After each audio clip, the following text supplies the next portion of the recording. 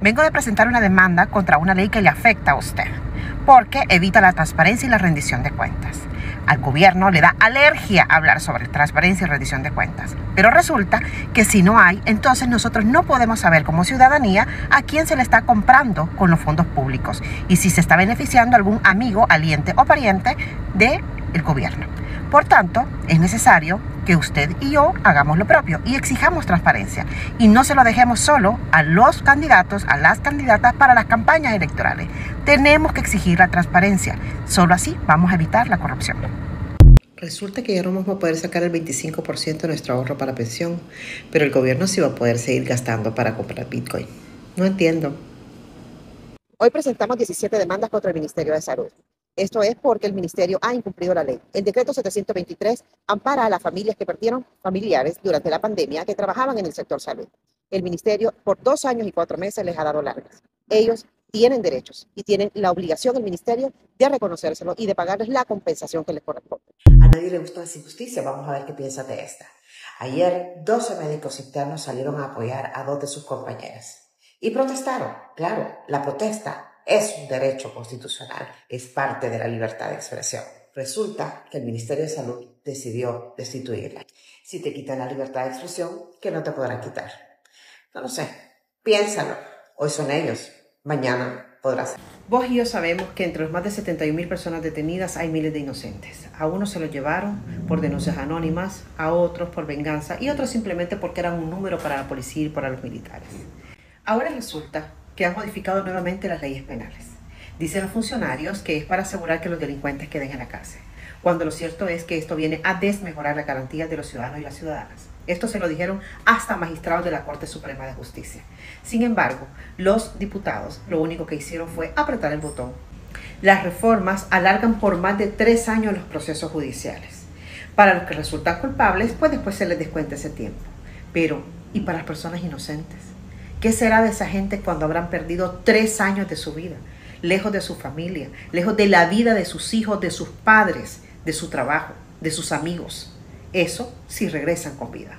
Las reformas también aseguran condenas masivas y procesos masivos, donde cientos de personas son juzgadas con las mismas pruebas.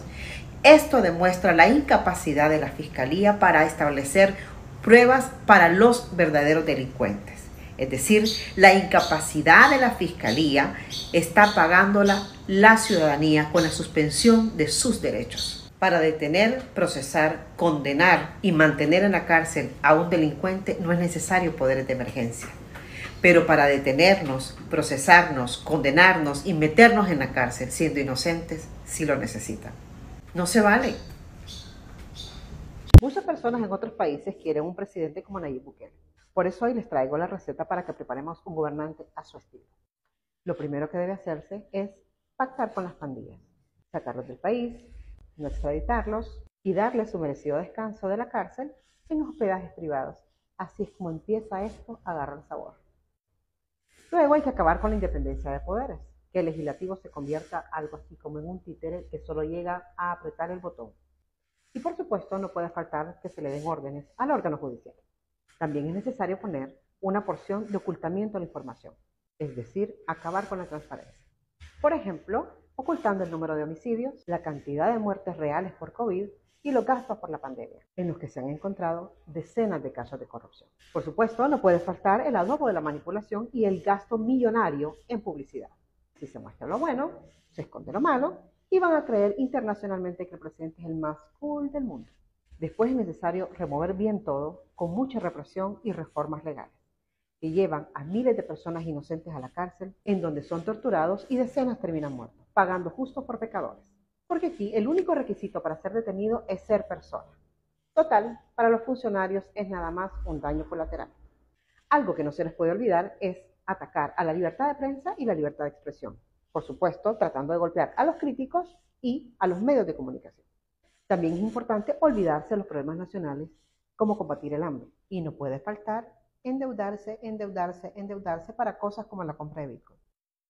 Realmente en El Salvador, un ministro de salud opera una clínica sin permiso. Y también le compra $200,000 en botas a empresas de su familia. Miente durante la pandemia y oculta más de 11,000 personas fallecidas por el COVID-19. En la Red Nacional de Salud hay escasez de medicamentos. En la pandemia les dijeron héroes. Hoy los sancionan por protestar, por ejercer sus derechos. La atención de calidad es un derecho de los salvadoreños y no puede estar sustentada ni en injusticias ni manipulaciones. ¿Sabes que los problemas económicos son los que más preocupan a los salvadoreños? Claro que lo sabes. La pobreza va en aumento. El mismo gobierno reconoce que hay 1.8 millones de personas en esta condición. Hay familias que no les alcanza ni siquiera para comprar una canasta básica al mes. Los salvadoreños cada vez tienen más dificultades para acceder a una alimentación de calidad. Y por si fuera poco, tenemos la economía que crece más lento en toda Centroamérica. Y aquí es donde te preguntas, ¿para qué tanto préstamo? Este gobierno se ha endeudado en más de 6.000 millones de dólares y contando. Y no sabemos dónde está el dinero. Solo ayer la Asamblea Legislativa le aprobó al gobierno endeudarse con 500 millones de dólares. Otra vez, de cada dólar que genera el país, el gobierno de El Salvador debe 85 centavos. ¿Para qué tanta deuda si el dinero alcanza cuando nadie roba? Y además, ¿por qué ocultan la información de los gastos públicos si el gobierno dice que todo lo está haciendo bien? Una última pregunta. ¿Y tu economía ha mejorado con tanto préstamo? ¿De qué te ha servido a vos tanta deuda? Lo que no quieren que sepas sobre el Bitcoin en El Salvador. En el país hay miles de personas en extrema pobreza. Sin embargo, en el 2021, el presidente de la República decidió experimentar con miles de millones de dólares de los impuestos de los salvadoreños y hacer del Bitcoin una moneda de curso legal. Esta moneda, este criptoactivo, tiene como características una alta volatilidad e inestabilidad, es decir, un día vale más de $60,000 y otro menos de 16. A 2 años de su implementación, el gobierno ha gastado sin transparencia por lo menos 329 millones de dólares. Aquí pueden ver el desglose. Compra de Bitcoin, cabinas o los $30 de bono de bienvenida del que muchos salvadoreños no pudieron hacer uso porque, por negligencia gubernamental, les robaron la identidad. Estas compras además se han hecho sin autorización legal ni constitucional, porque no hay ningún artículo de la Constitución ni de ninguna ley que le autorice al presidente de la República a hacer estas compras. Porque, ¿sabes qué? No es su pisto, es el tuyo. Funes presuntamente habría utilizado 351 millones sin control. Y Sánchez Serén y otros funcionarios 183 millones también sin control. Bukele en esta apuesta lleva por lo menos 329 millones de dólares. Lo común, lo que aplica para todos, es que no hay control del uso de los fondos públicos que les han sido confiados. Nosotros hicimos cuentas para saber en qué se podía haber usado este dinero que ha sido mal gastado en el Bitcoin. Solo con una parte de ese dinero se podría haber financiado al menos 3 presupuestos del Hospital Rosales, 7 presupuestos del Hospital de la Mujer, 5 presupuestos del Hospital Bloom. Se podría haber financiado más de 10 veces el presupuesto del Programa de Abastecimiento y Seguridad Alimentaria del Ministerio de Agricultura y 5 veces el Programa de Erradicación de la Pobreza. Los ciudadanos tenemos derecho a que los funcionarios rindan cuentas claras y nos digan en qué se gastan el dinero. Votar el visto cuando no hay es un acto inhumano. ¿Sabes qué pasa cuando falla el sistema de justicia penal en un país? Los derechos de la ciudadanía son vulnerados. Te pueden capturar y pasar años, por no decir toda la vida encarcelado sin un juicio justo. Las autoridades como la PNC y las Fuerzas Armadas pueden actuar a su antojo sin que tengan consecuencias. Y por lo general afectan a las personas que viven en los sectores más populares. El sistema de justicia se corrompe y no hay ninguna garantía de contar con jueces imparciales. O puede ser que un gobierno negocie con las pandillas bajo la mesa y no tenga consecuencias. Hay torturas en las cárceles y hasta pueden morir personas inocentes, incluso aquellas que tienen orden de liberación. El Salvador actualmente se encuentra entre los 4 países a nivel mundial con los peores sistemas de justicia penal. Así lo demuestra el Índice de Estado de Derecho de World Justice Project de 2023, una organización internacional, independiente y sin intereses partidarios. Esto se evidencia cuando de 5.198 escritos presentados ante la Sala de lo Constitucional entre el 27 de marzo del 2022 y el 30 de junio del 2023 por detenciones arbitrarias, la Sala de lo Constitucional no ha resuelto ninguno de manera favorable a la ciudadanía. Incluso hay varias personas que han muerto en las cárceles esperando se haga justicia. Esto demuestra que la falta de independencia judicial solo afecta a los ciudadanos. ¿Y sabes qué? Podría ser vos. A nadie le gusta que lo controlen, pero las instituciones públicas están obligadas a ser controladas. porque si no puede haber corrupción, como en El Salvador. En nuestro país el control nunca ha funcionado bien. Si hubiese sido bueno, por ejemplo, la Corte de Cuentas de la República hubiese advertido los desfalcos de Funes y de Flores. O el Tribunal de Ética, que está a cargo de promover la integridad y la ética de los servidores públicos, hubiese hecho un mejor trabajo y hubiese sancionado a aquellos funcionarios o servidores públicos que no han cumplido con sus deberes éticos, como por ejemplo utilizar los bienes públicos para su beneficio o para un partido político determinado, o utilizar su tiempo de trabajo en cosas privadas. Para que tengas idea de lo mal que estamos en el control, de enero a agosto del 2023 el Tribunal de Ética Gubernamental solo inició un caso de oficio. Esto significa que por iniciativa propia y no porque los ciudadanos fuimos a presentar denuncia, decidió iniciar un caso. A diferencia de junio del 2019 a diciembre del 2019, en el que inició 30 casos. ¿Qué significa que una institución no inicie casos por iniciativa propia? Significa que esa institución o no ve lo que está pasando o no lo quiere. Si el que nada debe, nada teme, ¿por qué el gobierno se niega a entregar información a la ciudadanía?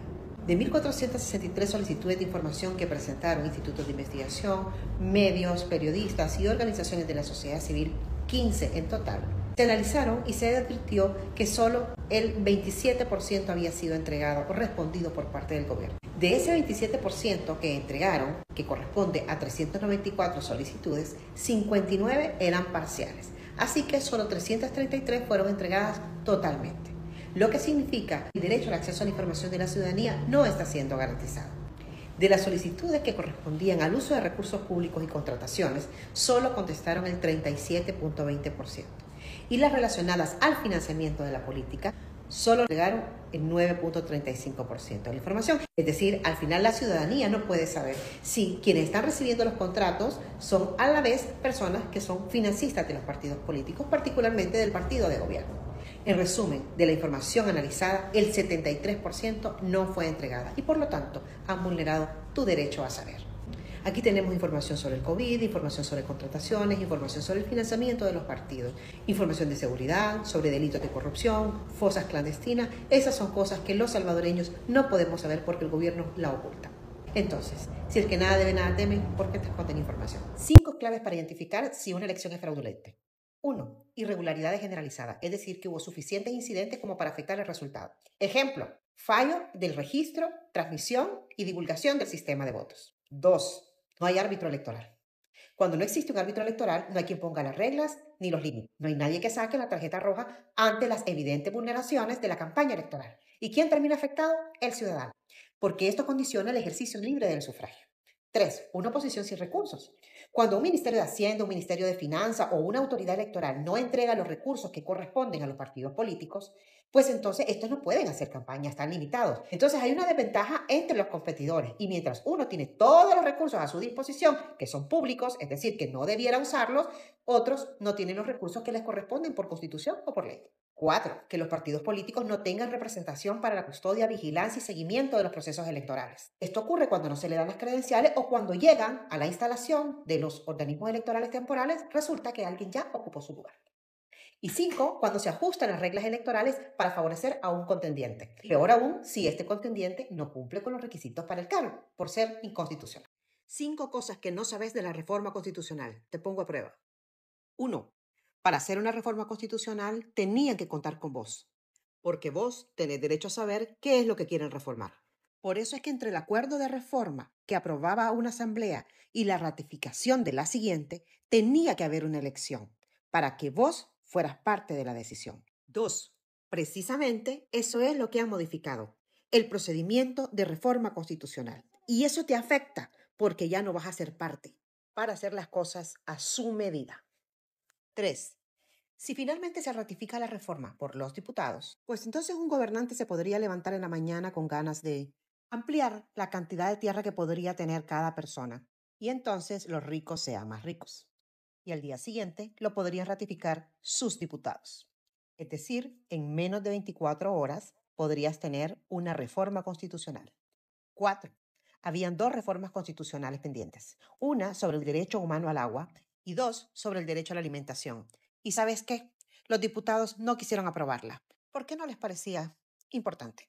Y 5, estas reformas no son para vos. Este es el mismo truco que utilizan en todas partes los que quieren mantenerse en el poder. Que no te engañen.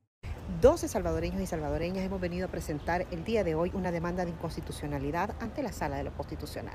Ya sabemos que es ilegítima, contra el acuerdo de reforma constitucional.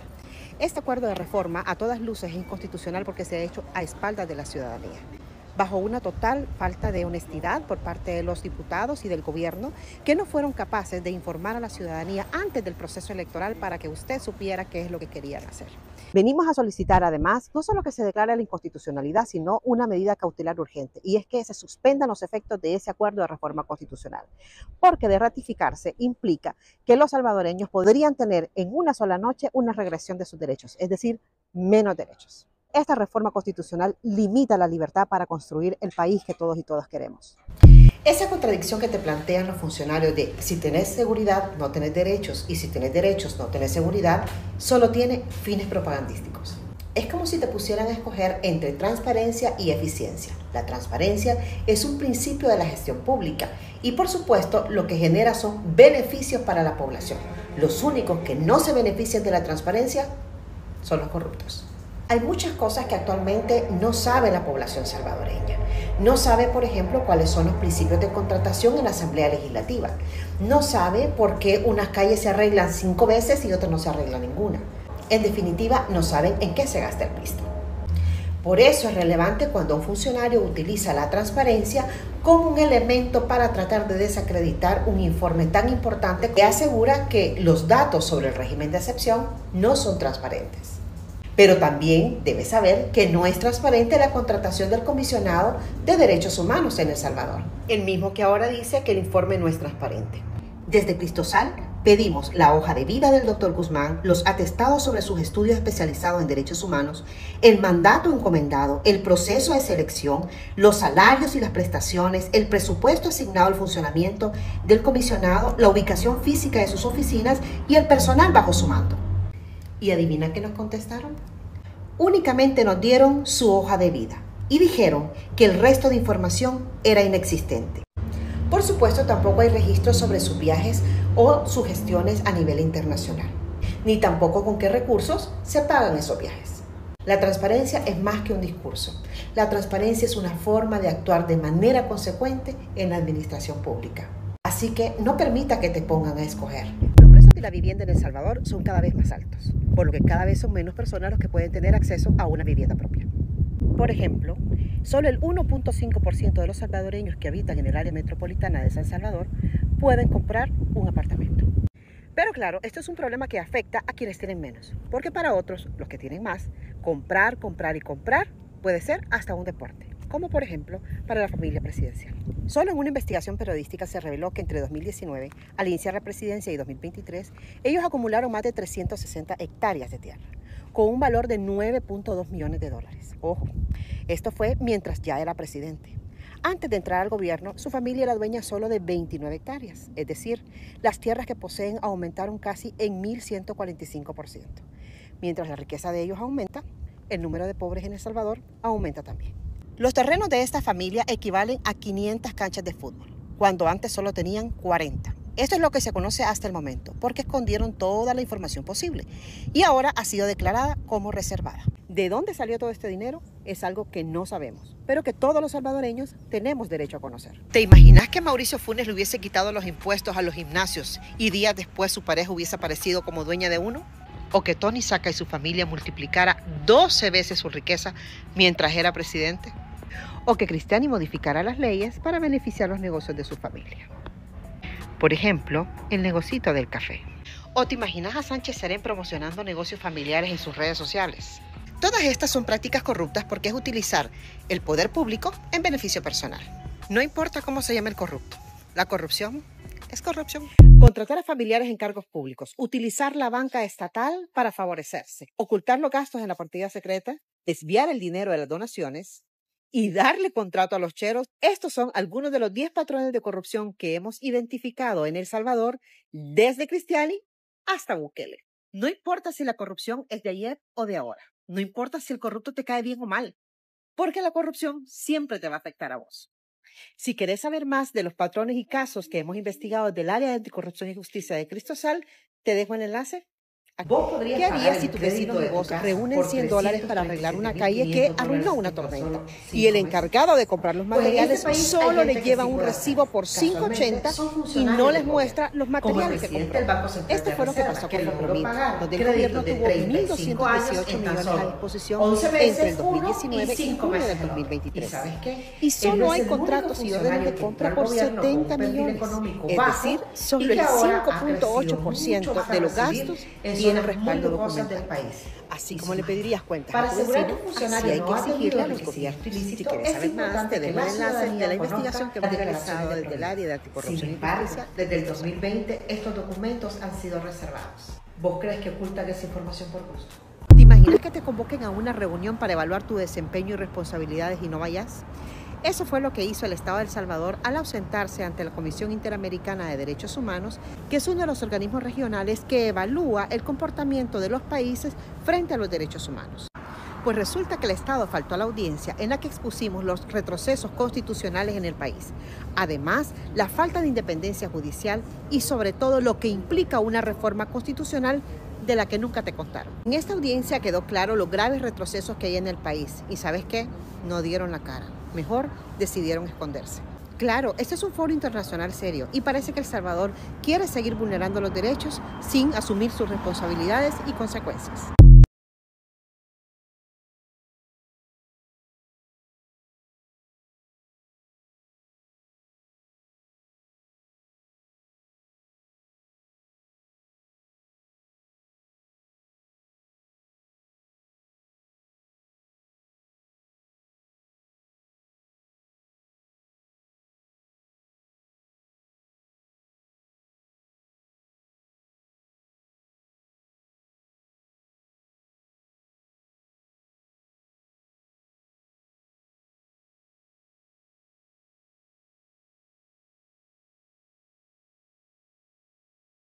No todos los días una de las cadenas más importantes de información te dice que ha sido incluida como una de las mujeres más inspiradoras e influyentes del mundo. Este año tuve el honor de ser incluida en esta lista por mi trabajo sobre la defensa de los derechos humanos, la lucha contra la corrupción y la promoción por la transparencia.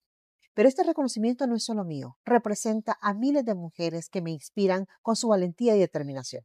Mujeres que de sus comunidades y sus territorios enfrentan desafíos enormes para defender lo que es justo. Mujeres como Dina Hernández, detenida arbitrariamente a las 35 semanas de embarazo el 17 de marzo del 2024 y que perdió a su hija durante el parto bajo custodia estatal. O como Eneida Abarca, una madre que no se rinde en la búsqueda de su hijo Carlos Abarca, a pesar del silencio y la inoperancia de las autoridades.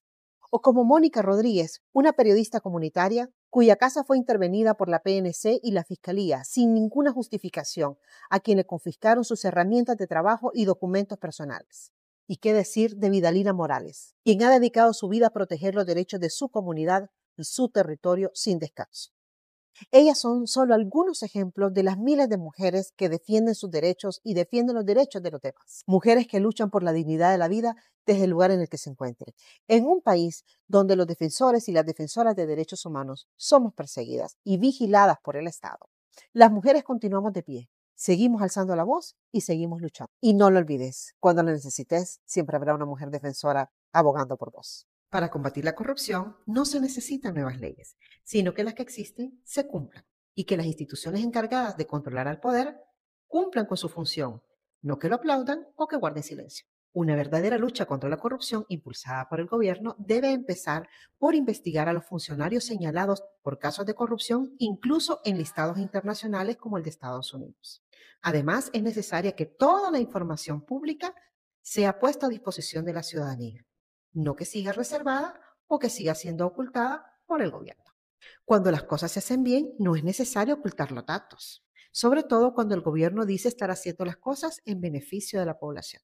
Las obligaciones establecidas en la ley anticorrupción propuesta por el Ejecutivo ya están recogidas en otras leyes. Para que la lucha contra la corrupción vaya más allá del papel, es necesario que la Fiscalía General de la República, la Corte de Cuentas de la República y el Tribunal de Ética Gubernamental hagan su trabajo, hagan cumplir la ley y que investiguen y sancionen a quienes, a costa de la población, se han beneficiado para sí, sus familias o sus amigos. Te invito a que leas el último informe que hemos publicado sobre esta nueva ley propuesta de anticorrupción y saquemos tus propias conclusiones. Nosotros seguimos investigando. Hay muchas formas de violar derechos. Una de ellas es cerrar servicios que se prestan a la población.